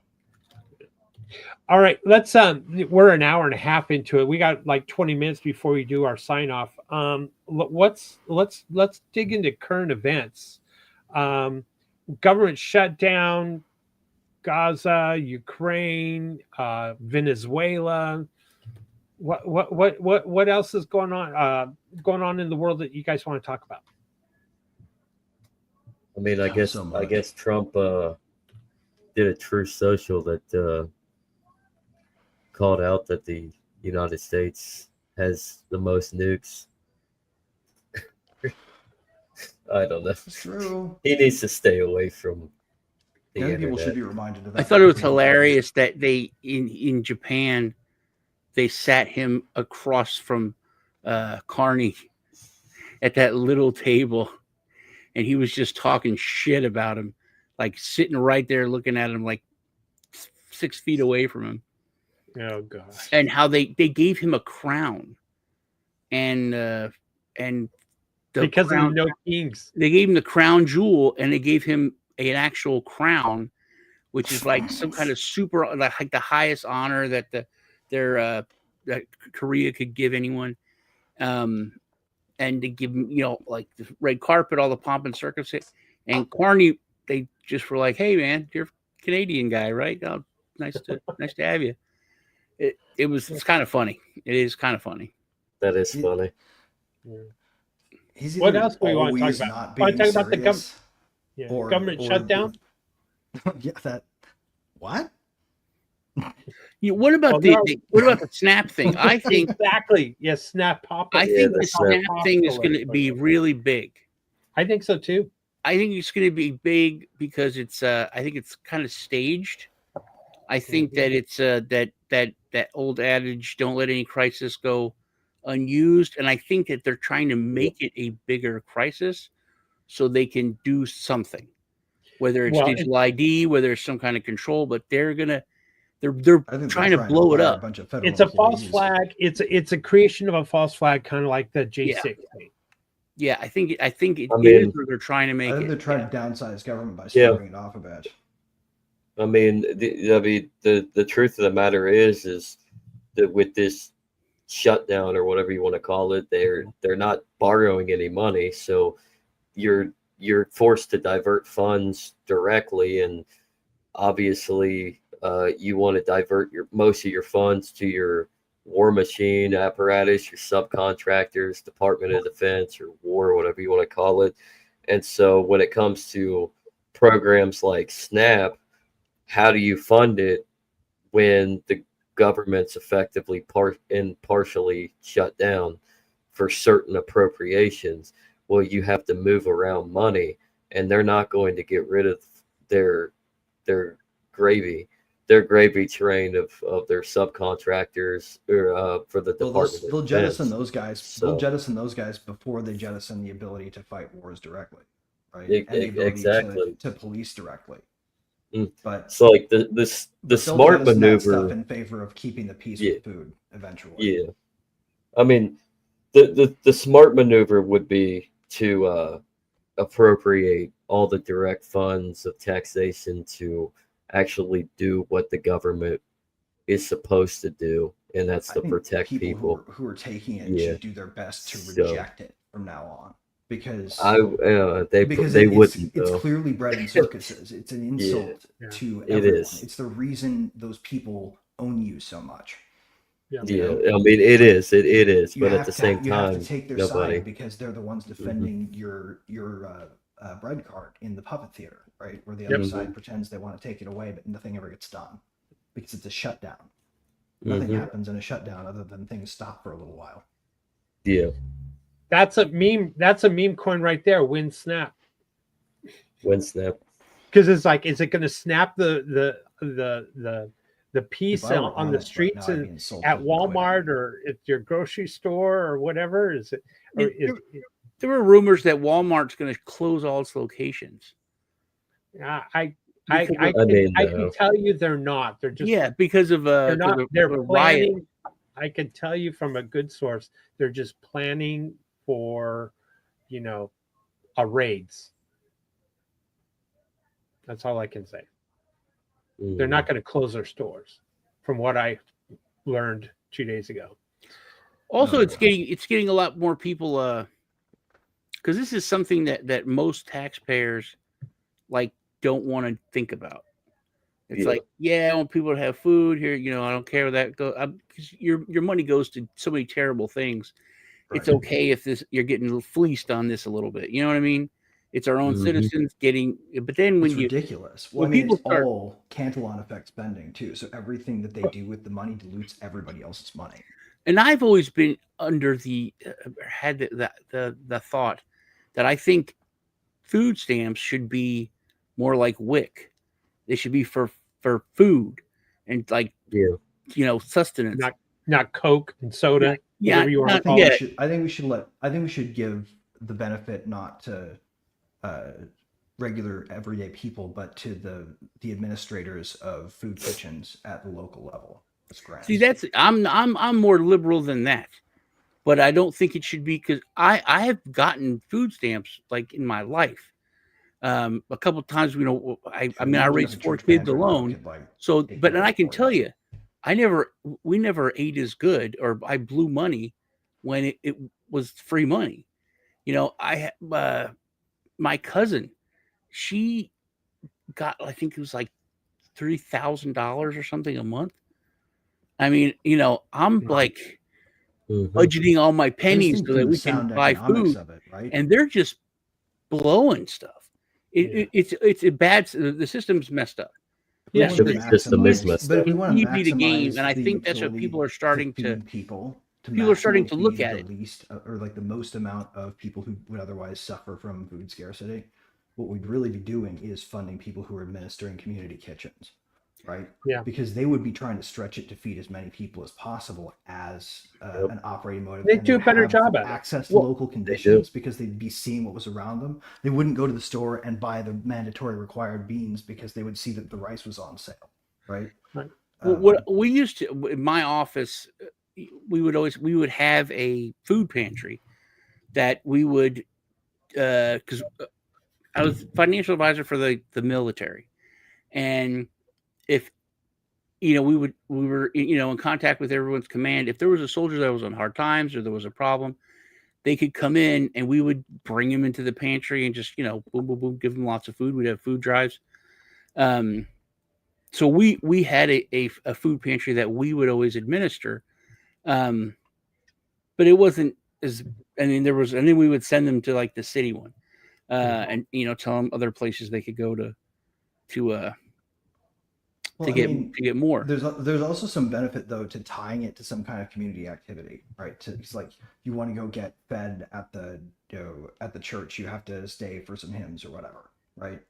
And that is kind of like a filter against people who are just doing it because they want to suck off the tea and they can't otherwise take care of themselves. The people who don't need to go need a little friction to be motivated to leave it to people who need it, because people who need it won't hesitate to sing a few hymns in exchange for food.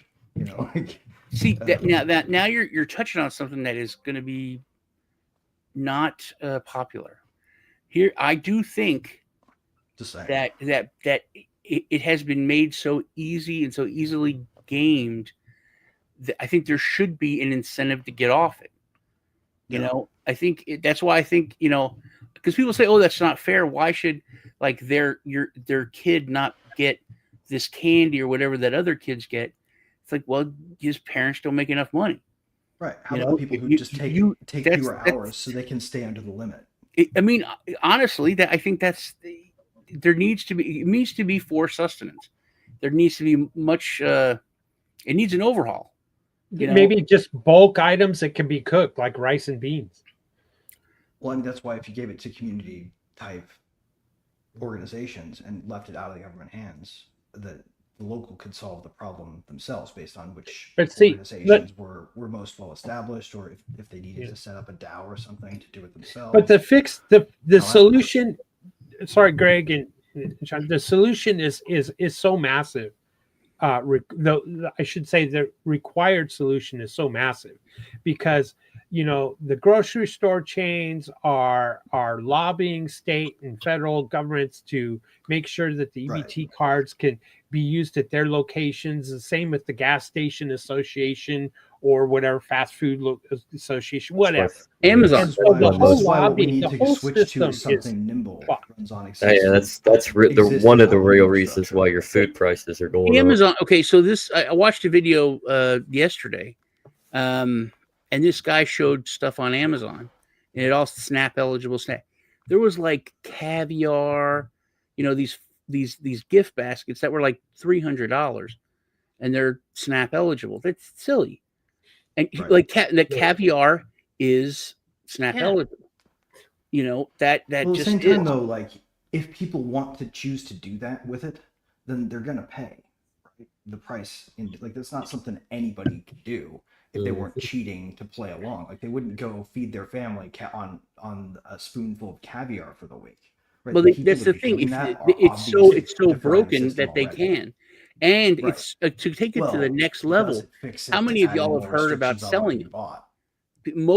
People sell the cards all the time. Much that they sell half, and they still have enough to feed their family, and that's just a regular thing. Well, there was this fish place in my town that'd been there for 10 years, and there was never people there. I didn't know anyone that ever bought fish there. They didn't have much fish. Like I went there to see, there's like no fish in it.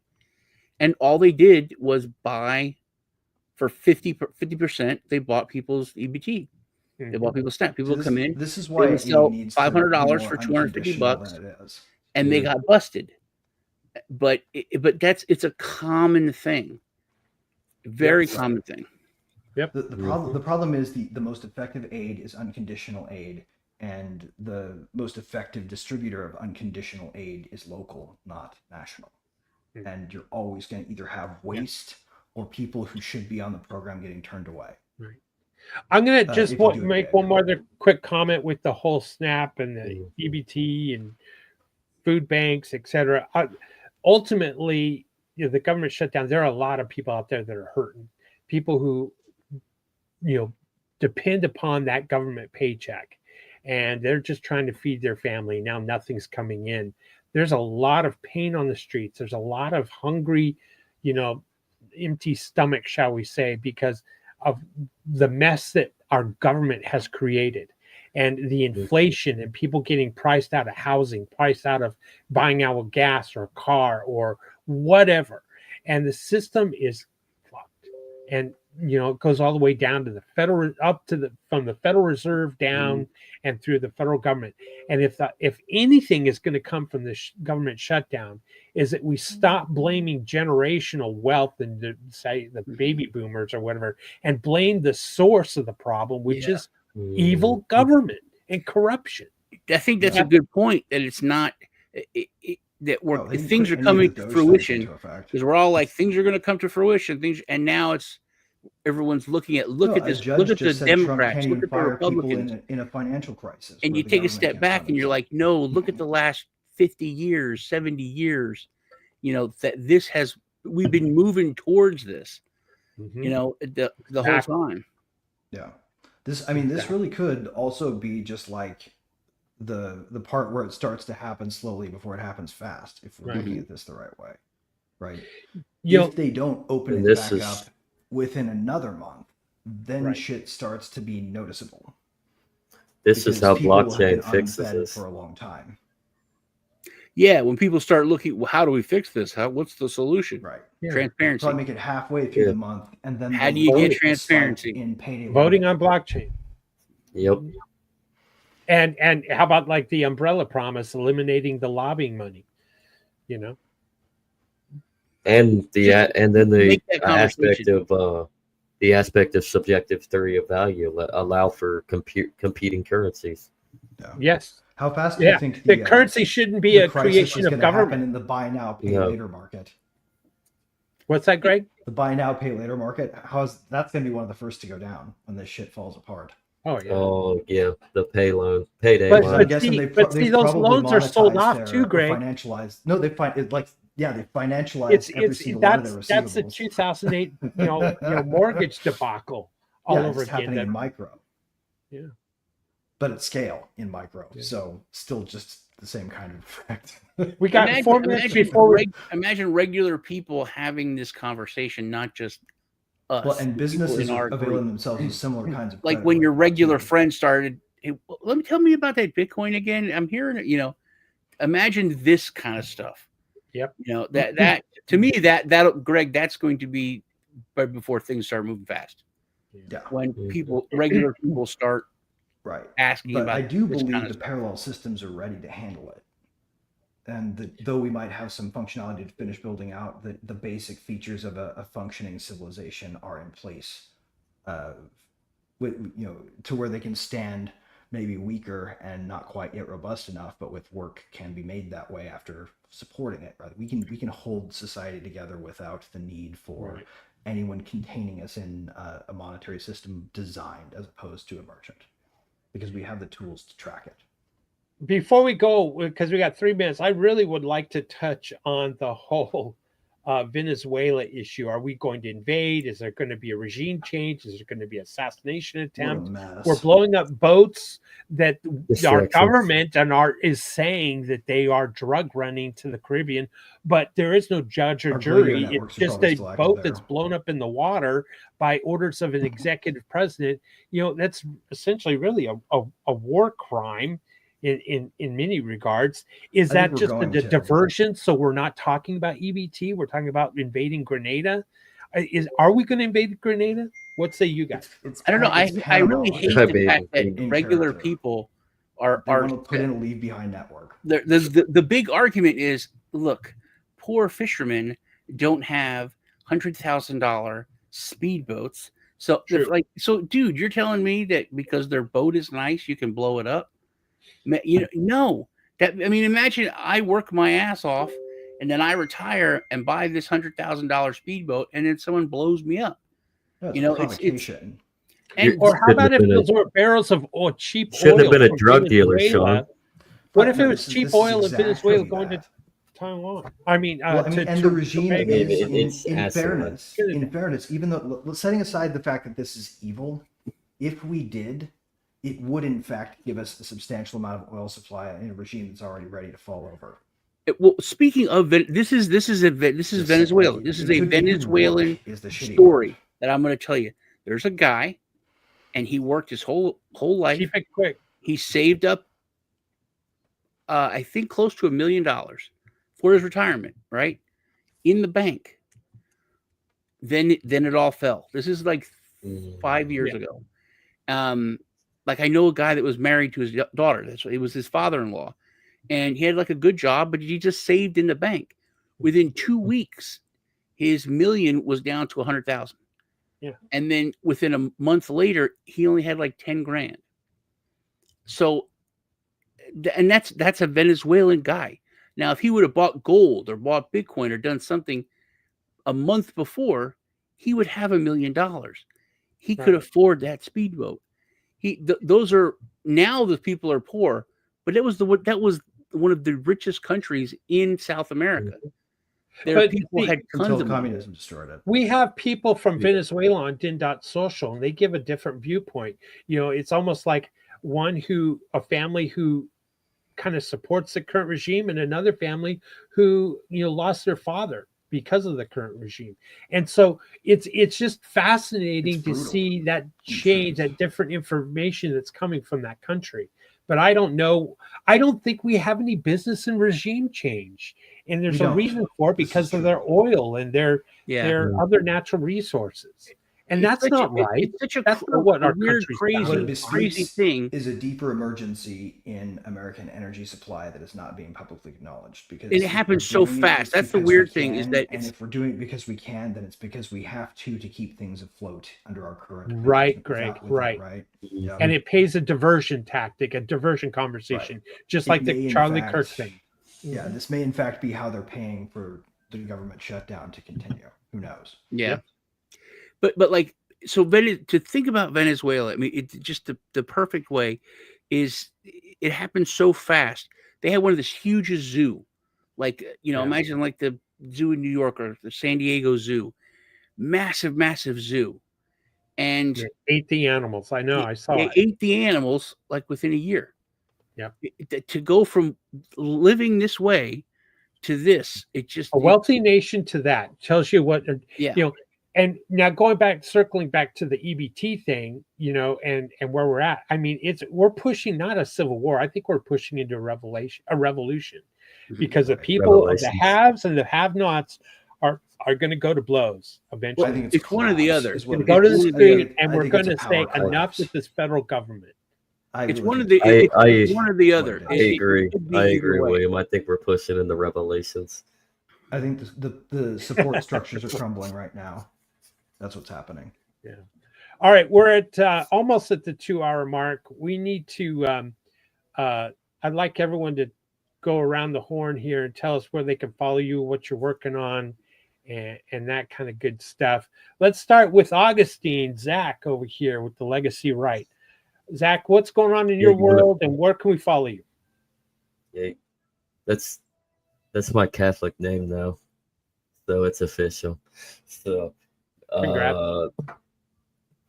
But I don't know, just keep being real, everybody, and don't let all this negative pull you into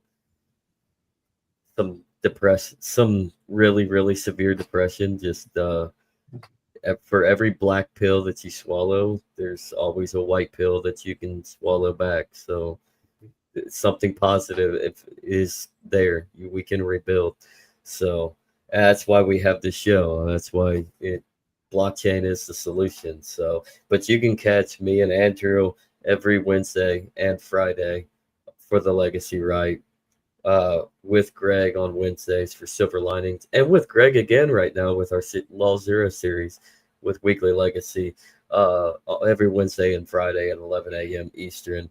YouTube and X, and then all over wherever you find the podcasts, wherever you like podcasts for the Friday episode. So tomorrow, that's what we're doing. So about 11:30 a.m. Eastern, you'll see Weekly Legacy with me, Andrew, and Greg on Law Zero again. So happy Halloween, everybody. Thank you. We'll get Greg. spooky.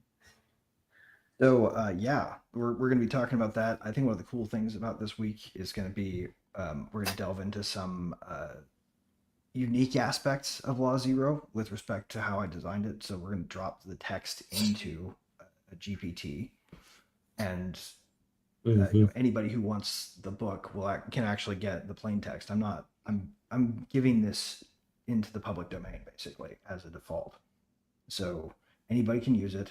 Anybody can riff on it. Anybody can take it, and I can use it to, or show you how to use it to make your GPT have a law zero brain that you can then turn on the world, and ask questions of it in the frame of, and that's what we're going to show people how to do tomorrow. Nice, thanks, Greg. Sean, Satoshi Sean, what's new with you, and what can we follow you? We're going to be doing the stream tomorrow for Meme Asylum.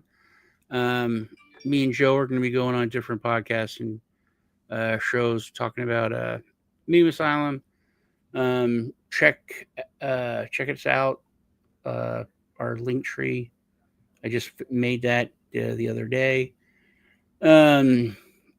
Check me out on social medias and be excellent to each other. Nice. All right. Well, last thing we also really have to point people to the fact that Bill Gates just undermined the whole climate movement. So just want to throw that in there. Yeah, dig into that one. Dig into that one. He literally put into a report, like in a glossy quote box, that climate change is not going to destroy humanity. Yeah. And he published it to all of his donors. Thank you, everybody, for Get that. Fucked, Bill. Get fucked, Bill. Nothing is real.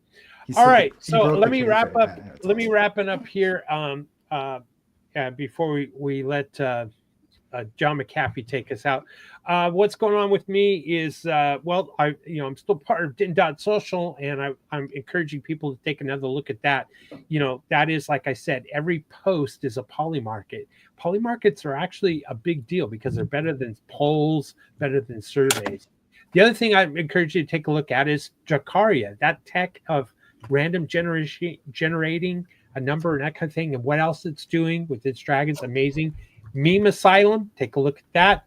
That is a blockchain solution to a real problem of generating memes with that pump and dump thing. Why not own a piece of a launch pad rather than, hope and pray that you got in early so you can get out and let someone else hold the bags of a worthless meme token. So those things I like because they're blockchain related and blockchain solutions to real world problems. That completes our show today. I want to thank everybody who's been watching and listening, and please share this. Please give us a like wherever you're watching it, wherever you're listening it.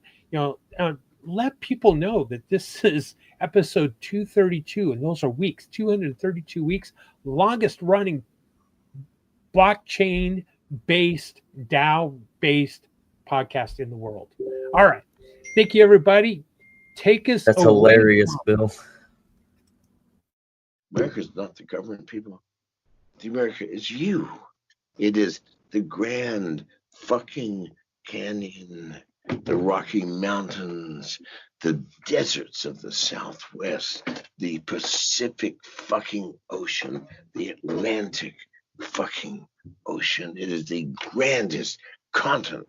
And what the fuck have you people done? You have turned yourself into sheep, every goddamn one of you.